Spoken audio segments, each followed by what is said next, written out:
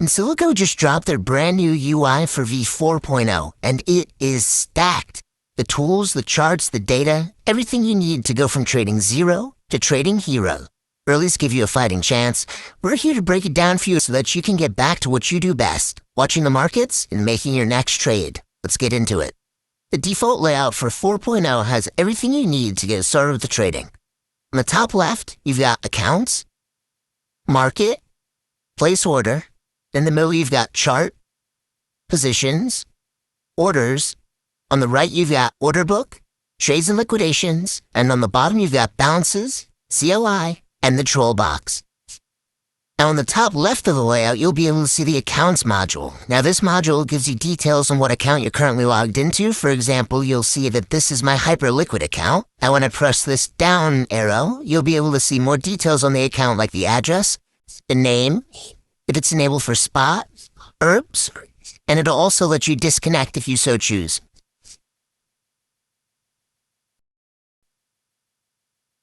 The next default module is the market module. This is where you'll be able to click this drop down and select assets from Bybit, Coinbase, Blowfin, Hyperliquid, Binance, BitGet, OKX, and BitMEX. One of the great features of this is you're able to favorite assets by clicking that star icon. By clicking that star icon, it'll also put it in the top ribbon so that you can easily view it when you log in.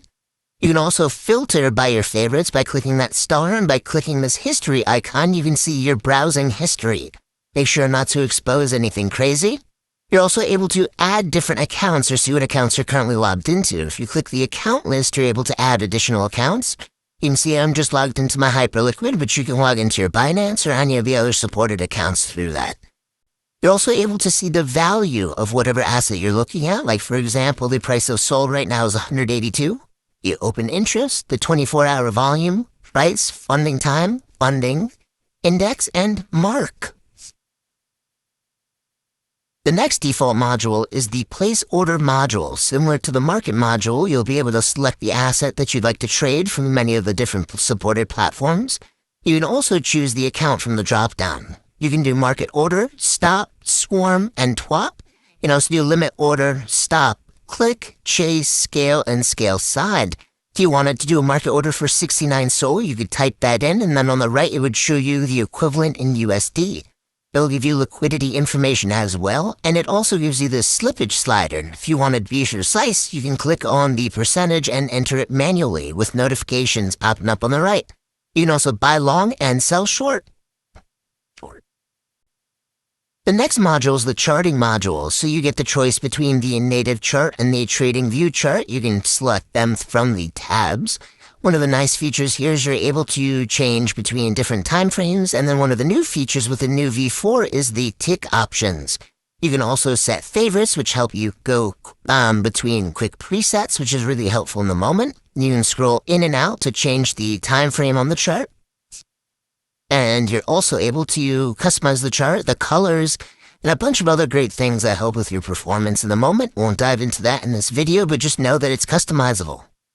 Next market module is the positions module. This is where you'll be able to see any open position across all of the accounts that you have linked. You can see here that I only have the Hyperliquid account linked, but you'll be able to see what I'm longing. You'll be able to see the size, the liquidation, the unrealized P&L, and you'll also be able to set take profit and stop losses here, and you can also close a position if you so choose. One of my favorite things about this module is you're able to share your P&L with one of these really cool P&L cards from Insilico. You're also able to upload a customizable one if you so choose. So if your FNF has one, you can go ahead and use that. You can also see the open position amount as well as the unrealized profit and loss.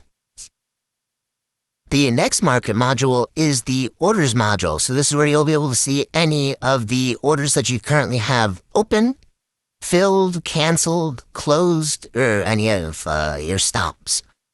You'll see here that I've got one limit order open for Solana at $180 with a $10 size. You can also see the timestamp. What's nice down here is you'll be able to see the total USD value of your orders and as well as the buys and sells, which is very helpful. The next default modules are the order book and the trades and liquidations module. You're able to see all of the assets that you choose, and you're also able to see the buys and the sells, as well as the existing price. On the right side, under trades and liquidations, it's exactly what you'd think. You can see all the trades and liquidations based on the asset. What's nice about this is it's super customizable. You can change the size, the text scale, the volume visibility. You can basically customize this to whatever your need is. So if you want super big text because you're an old man and you can't see very well, you can do that. Same kind of thing for the trades and liquidations. You're able to change the size, scale, pretty much anything you want, so. Next default modules are the bounces and CLI module. Here you're able to see all of my existing bounces. So you've got 1 cent in spot and $25 in perp. One of the nice things here is you're able to move from spot to perps or perps to spot very, very quickly. You're also able to deposit and withdraw as you like. And on the bottom, you can hide dust, which actually hides all of my stuff because I am a poor and my balances are spot. If you're advanced trader, you can actually execute trades through the command line interface, or anytime that you make a trade, it'll actually show up here, including any error messages. You're also able to change the settings if you so choose.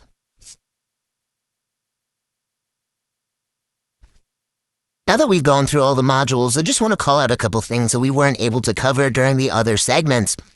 There are a lot of customizable features like hotkeys, privacy, which hides the USD value, very good for streamers. You got a whole bunch of other options like default layouts. You can actually use some of the official layouts from the team instead of customizing your own if you want. There are a ton of settings we didn't even cover. And then you can also go back to the classic view.